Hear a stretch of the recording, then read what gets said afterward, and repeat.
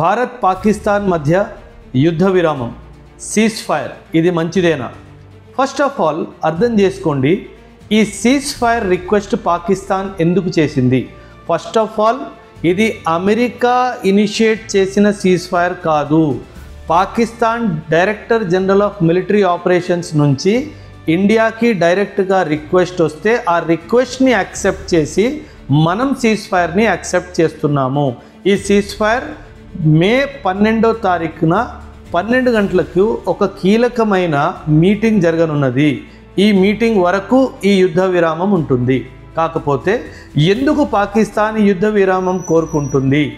First and foremost మీకు తెలుసుంటే అక్కడ బలూచిస్తాన్ లిబరేషన్ ఆర్మీ వాళ్ళు చాలా మటుకు ఏరియాని ఆక్యుపై చేయడం స్టార్ట్ చేశారు.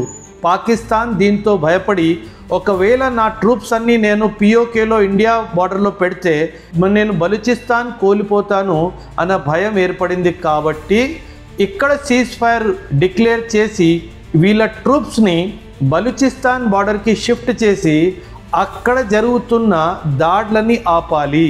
ఇది పాకిస్తాన్ కూట్నీతి. సో మనము నెక్స్ట్ 2 రోజుల తర్వాత జరగనున్న మీటింగ్లో ఖచ్చితంగా అడగవలసిన విషయాలు ఏంటంటే ముఖ్యంగా 3. ఫస్ట్, ఆ టెర్రరిస్టులు మమ్మల్ని హ్యాండ్ ఓవర్ చేస్తారా? రెండోది, హ్యాండ్ ఓవర్ చేయకపోతే మీరు ఎలాంటి డిసిజన్స్ తీసుకొని మీరు ఎలాంటి యాక్షన్స్ తీసుకుంటారు? మూడోది చాలా ముఖ్యం, పాకిస్తాన్ చీఫ్ ఎవరైతే ఆసిఫ్ మునీర్ ఉన్నారో ఈయన వల్ల వచ్చిన ప్రాబ్లమ్స్ ఇవన్నీ పాకిస్తాన్ ఈ ఆర్మీ చీఫ్ని తొలగిస్తుందా?